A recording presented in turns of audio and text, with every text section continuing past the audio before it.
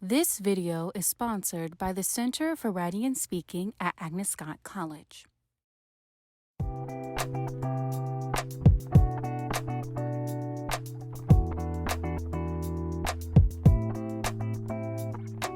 Hi everyone, my name is Leah Trotman and I'm a senior tutor in the Center for Writing and Speaking. Thank you so much for tuning into the third and final workshop in the Essential Elements for Writing series. In this workshop, we will help you learn how to write strong and compelling abstracts and literature reviews for your upcoming assignments. We hope you find this content helpful. Enjoy! Hi friends, my name is Arin Yost, and I'm going to break down what an abstract is and its anatomy, the pieces that go into it. First though, what even is an abstract? It's a summary of a longer work. It should be able to stand apart from the larger text, and it should be no longer than a paragraph. Most calls for papers that require an abstract do include a word length maximum, so be mindful of this. Your abstract should not quote your paper or any other works. It is entirely summary in your own words. Someone should be able to read your abstract and know if your work is relevant to their research, so include any keywords or theoretical frameworks that you're using. So, what should you include in an abstract to make sure it fills its purpose? This brings us to the 5 necessary components of an abstract. Research significance. This should demonstrate to the reader why they should care about your work. Maybe you decide to conduct a study on the mental health of students at historically women's colleges. Why does that matter? The answer to that question lies in the first few sentences of your abstract. Next is your methods section. This is where you'll talk about how you set out to answer your research question. Maybe you conducted an analysis of the language used for mental health on historically women's colleges' meme accounts. You'll want to include that information in your abstract. Then, you'll bring forward your results. What were your findings? Of course, this should be included in your abstract. Next are the implications. Put it all together. What does all this mean? This is your conclusion. What does the language that historically women's colleges memes use say about mental health on our campuses? Each of these sections are only a few sentences long. And remember, some abstracts have a word limit, so you will have to be strategic about your sentence layout. Next, Felicia is going to talk about how you go about writing your abstract. Hi, I'm Felicia Jacques, and I'm a senior at Agnes Scott. Typically, an abstract is written after you write your paper. Once your paper is finished, you will be in a better position to describe what your work is about. An abstract sets the stage by explaining your topic. Therefore, you want to avoid evaluating or defending your paper. One of the best ways to start writing an abstract is by creating a reverse outline.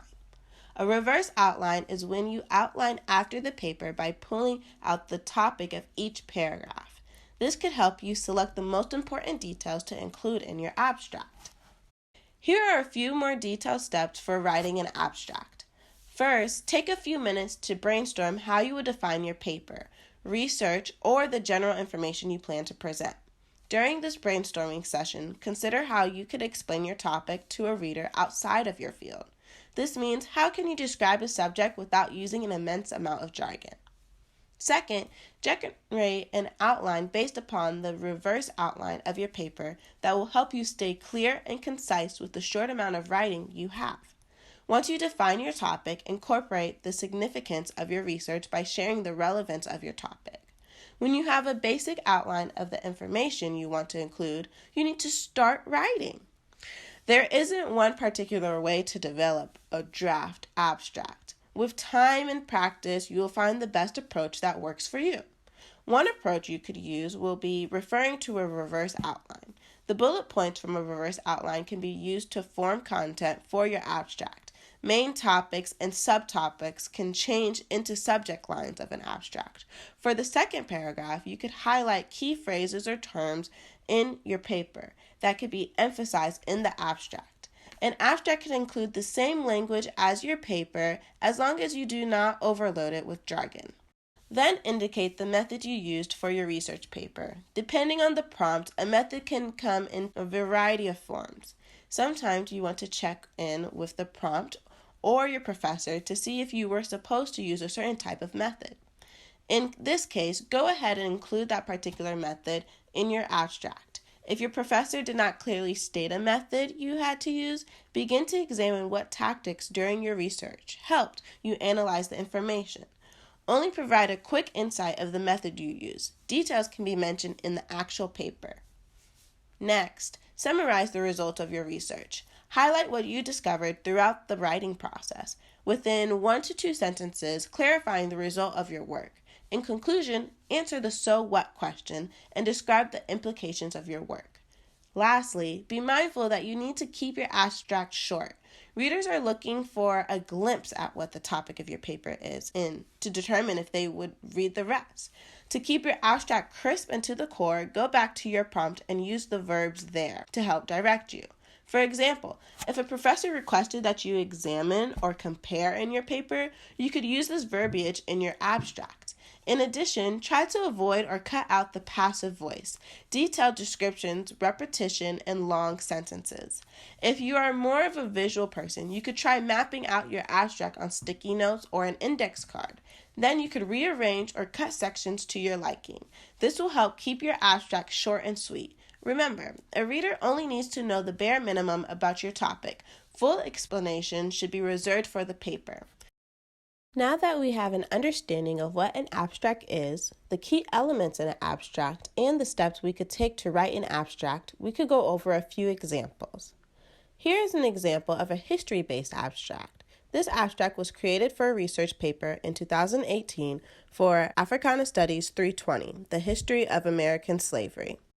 Please take a moment to read through the abstract.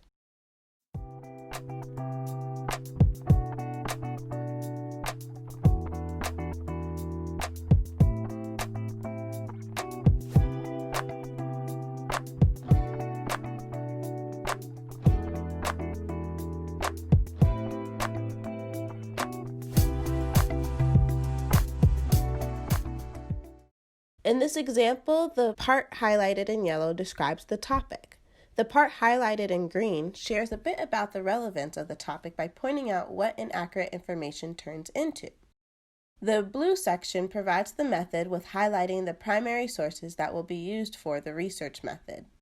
Lastly, the end of the abstract, highlighted in purple, offers a preview of the ending result of the paper as well as a look towards the social implications of what the author has studied. Here's an example of a STEM abstract. This abstract was pulled from the National Library of Medicine for a study conducted by a group of researchers. Please take a moment to read the abstract.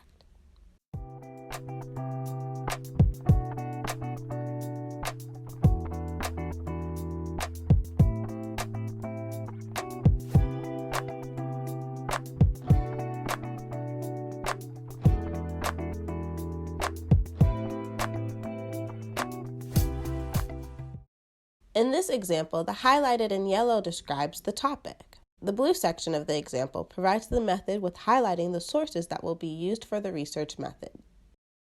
Lastly, the sentence highlighted in purple offers a preview of the ending result of the paper. Coming up next, Drisana will be defining and going over the key elements in a literature review. Hi everyone, my name is Drisana, and in this workshop I will be shifting from our discussion on abstracts to begin exploring literature reviews. Lit reviews for short. A lit review is a fairly common assignment across disciplines, though you might recognize it by a different term. In English, a classic literature review is often referred to as a narrative review. Historians use the term historiography, and psychology, education, and social sciences disciplines all use the phrasing systematic review. Nonetheless, each of these can be defined as a comprehensive summary and evaluation of previous research on a topic. You will commonly see a condensed version of a lit review incorporated in research papers, but for the purpose of this workshop, we will be discussing a lit review as a standalone assignment. The purpose of a lit review is to produce a well-researched piece that is able to establish your knowledge of the topic of your choice, as well as provide a starting point for new research. In other words, a lit review should encompass 2 main points. Number 1, a demonstration of familiarity with your chosen topic by synthesizing prior research by other scholars on your topic. Number 2, a demonstration of what you have learned and how it connects to your own project. To better understand what I mean by this, let's dive into the anatomy of a lit review. Like most assignments, a lit review will have an introduction, a body, and a conclusion. In the introduction, you want to include 1. A definition of your topic. Tell the reader exactly what you're going to review in your own words, as well as the necessary context for this review. Number 2. Your point of view. Explain why you are researching this topic, as well as how you will organize your lit review. Number 3. The scope of review. Since this part of the purpose of the lit review is to establish grounds for your own research, it is safe to assume there won't be many texts solely dedicated to your topic. Therefore, you want to explain your choice in literature and what you will be specifically including from it. The body of your paper will encompass the bulk of your content. It should include 1. An evaluation of the current research. This could be looking at the gaps or relevancy in the research you reviewed. What does one scholar say about your topic versus another scholar? Is there an agreement or do they oppose each other? You want to include this in the body of your paper. Number 2, an explanation of the research between your chosen topic and wider subject area. This can be done by first explaining the wider subject matter, then beginning to move towards your area of research. Though this does not sound like much, the idea is to thoroughly review a plethora of previous research before you can narrow down to your specific topic of choice. Lastly, in the conclusion, you want to 1. Quickly summarize your main findings from the research. 2. Synthesize the connection to your own topic and reintroduce your reasonings in choosing that topic and why you are choosing to look at that topic from a different perspective. Hopefully by now you have a clear understanding of what a lit review is. We will now be continuing with Amaris to discuss steps to writing a lit review. Hello again. Glad to be right back providing the Scotties with some last few essential elements for writing. My name is Amaris Sawyer, and today I'm going to walk you through the step-by-step process for writing an effective literature review. Before diving into the process of writing a literature review, it is important to identify your thesis and main purpose of your essay. Defining your thesis and main point will ultimately provide you with a roadmap that will guide the research about your topic and ensure the succinctness of your review, since all of its components should contribute to supporting and refuting your thesis and the development of your topic. For your convenience, we've included 3 samples of literature reviews in addition to providing the tools and steps for writing them. The first step to writing your review is defining your purpose and completing research. Once you have a working thesis and have a clear understanding of the purpose of your essay, you will want to gather sources that pertain specifically to your topic of discussion. The type of sources that you gather, whether primary or secondary, will depend largely on the assignment and the expectations of your professor, so be sure to double-check the type of sources that are required for your essay. As you research, it is a good idea to take notes about how the source relates to your overall thesis and purpose. Does the source provide background information about the topic? Does the source support or refute your thesis? How does the source exist in the larger conversation about your topic within the discipline? These preliminary questions can guide your notes about your research and provide you with a head start on completing the content within your lit review. The second step to writing your lit review is summarizing your sources. After completing your research, ideally you have gone through your list of sources and are familiar with its content. You have also chosen the sources that do justice to your thesis while also including those that challenge the goals of your research. Once you have identified the sources that you will like to include in your essay, you will want to summarize them. Do not waste time summarizing your entire source. Your summary should be grounded in relevance. Consider discussing the parts of the source that relate directly to your essay. Revisiting the guiding questions that you use to annotate your source can help ensure that the summary of your sources is relevant in your review. Here are a few things to keep in mind when writing your lit review. Like most pieces of writing, your literature review should have some sort of identifiable structure. For example, when writing a scholarly article, you may want to organize your review in a manner that shows the progression of the academic discourse surrounding your topic over the years. In this instance, it would be best to discuss the sources in your review in chronological order by publication year. While there are other ways to organize your review depending on the discipline, stylistic choice, and audience, it is best to create some sort of organization and remain consistent. Another tip that can be helpful for writing an effective literature review is using descriptive subtitles to organize your review so that the reader can easily recognize what sources you will be using to address specific parts of your overall argument. Using subtitles is an organization tactic, so be sure it contributes to organizing your review rather than making it incoherent and disruptive of your overall flow.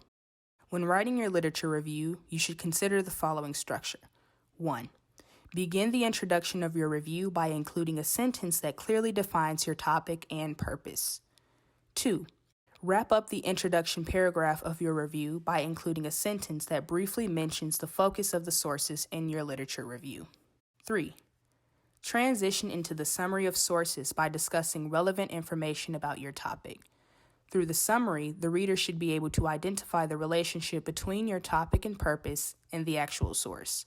4. Once your sources have been summarized, you will also analyze the value and contributions of your source. As mentioned by Drisana in the previous section, consider the role that your sources play in the larger conversation about your topic. Are the scholars discussing your topic in agreement or opposition? How is one scholar's interpretation more valuable than the other? Consider these questions when analyzing the sources in the body paragraphs of your lit review. 5. Be sure to include 1 to 2 sources that disagree with your thesis or stance, and also consider that source's role in the larger conversation. Including counter-arguments will show that you have done justice to your topic. 6. End your review with a conclusion paragraph that briefly and succinctly summarizes the information in your lit review.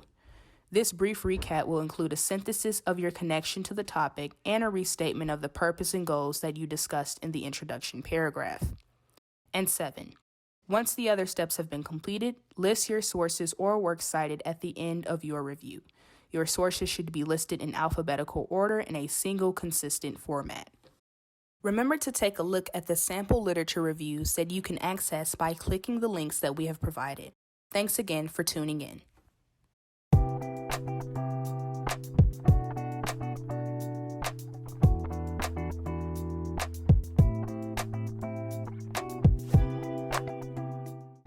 Thank you so much for tuning into our final workshop in the 2020 Essential Elements for Writing series.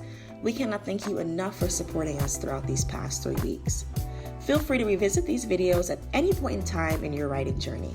For more information about the Center for Writing and Speaking at Agnes Scott College and our other programs, check out the rest of our YouTube channel and official website at agnescott.edu/writing and speaking.